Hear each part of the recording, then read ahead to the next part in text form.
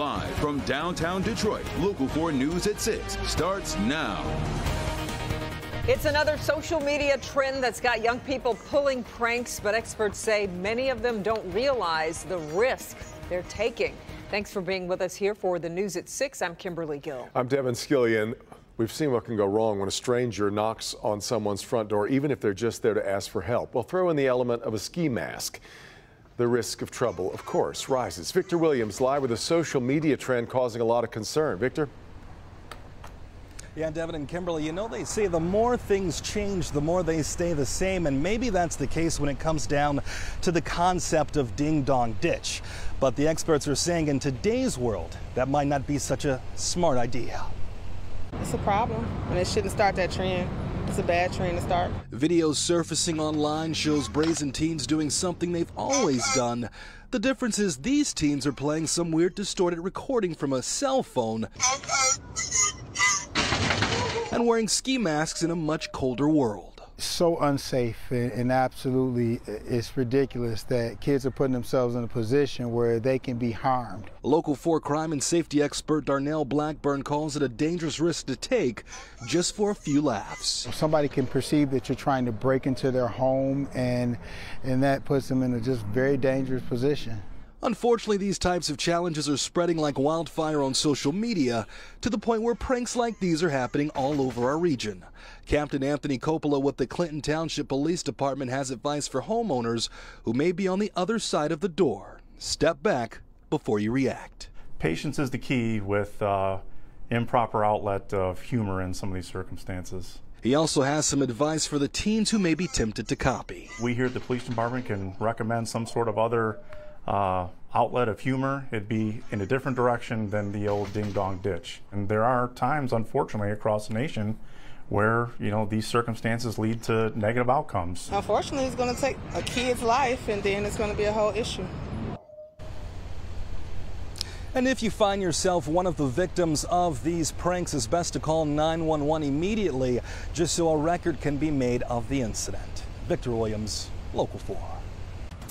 All right, Victor, let's get to breaking news now out of Dearborn. Michigan State Police are asking drivers to avoid the Southfield Freeway near Ford Road. The southbound lanes are closed as troopers investigate a body that was on the freeway. Drivers being rerouted around the closure, but the backup right now, well, there you see it, is miles long. There is no word on when they expect the southbound lanes will reopen, but if that is part of your afternoon drive, you'll want to make some other plans.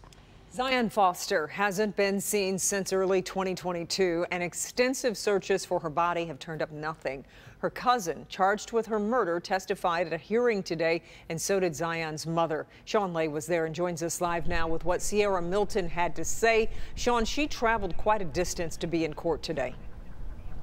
She did after this exhaustive search for her daughter. Too many bad memories, too much stress. She did move out of state and had to travel to come back here today to take the witness stand and testify, seeking justice for the very first time for her daughter. And at the same time, she had to answer a lot of defense attorney questions about her daughter's life. When was the last time that you saw her? January 4th. Zion Foster's mother, Sierra Milton, taking the courage to take the witness stand today and face Jalen Brazier, the young man who stands accused of murdering Milton's daughter, Zion Foster. Of course, it was emotional for Milton. She broke down as prosecutors asked her to read dozens of text messages sent to her by Brazier as she was frantically searching for her daughter. But in all of those text messages, Brazier insisted he had not been with Zion. He then asked any updates. If this isn't like her, I'd go straight to the police, cry face, and try to stay positive. She's probably okay. Hey, I'm really getting fed up with the back and forth with people asking me, have I seen Zion, or if she was over. The defense attorney for Brazier then focusing on Zion Foster and her life, her behavior, getting her mother to admit that she found out Zion was smoking marijuana, that she got a tattoo. She took photos she felt were inappropriate. Milton was asked if she ever examined the marijuana Zion was smoking, asked what antidepressants she was on, and if her daughter was ever suicidal. Have you ever seen her try to harm herself prior to you taking her to therapy? No, I didn't see her try to harm herself. Back out live here at 36th District Court where this hearing was held today. It's not over yet. It'll pick up tomorrow at 11 a.m. Lots more to come in this hearing. We'll be here for all of it. Guys, I did speak with Sierra Milton, Zion Foster's mother, after she testified. She called the questioning, kind of hard to take. She took it very well, and says she called the questions kind of clumsy questions, but she answered them and she expected them. Her focus is on finding justice for her daughter. We're live downtown tonight. Sean Lay, Local 4. Understandably difficult to answer those questions. Sean, we appreciate your report and look forward to what happens tomorrow. Thank you.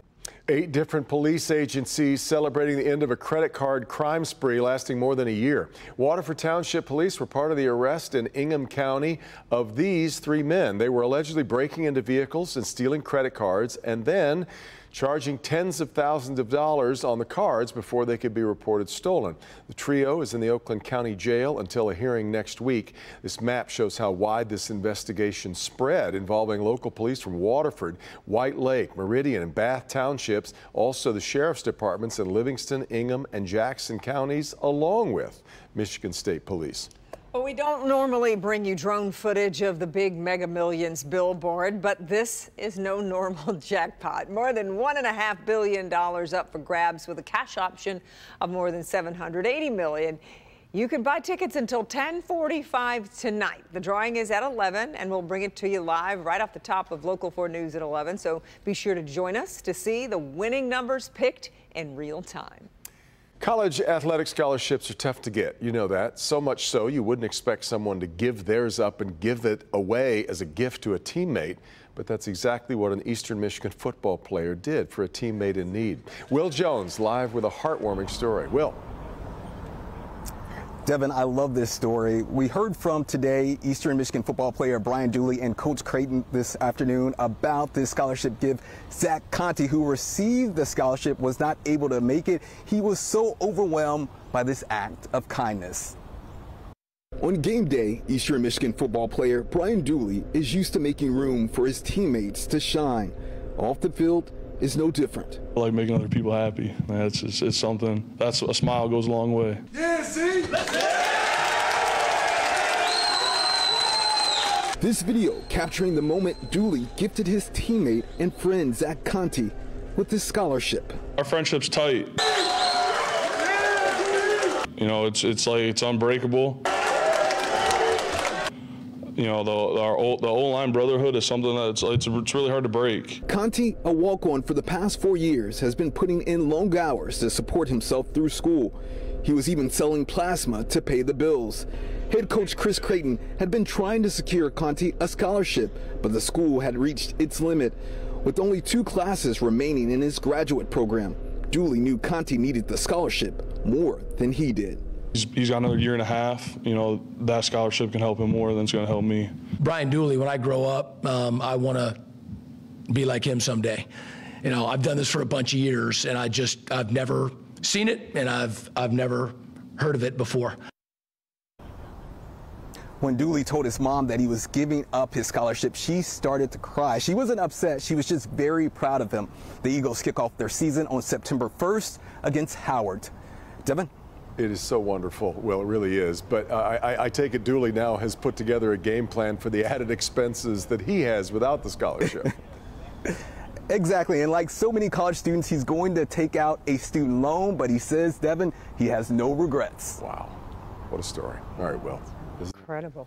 All right, a reminder that this is Election Day in several communities across Metro Detroit. You still have a few hours to vote in the August primaries for the off-year 2023 races. One of the biggest races is in the city of Warren, where Mayor Jim Fouts is not on the ballot for the first time in a very long time. There are also elections in East Point, Royal Oak, Dearborn Heights, and Westland. That's just to name a few. The polls are open through 8 p.m. tonight.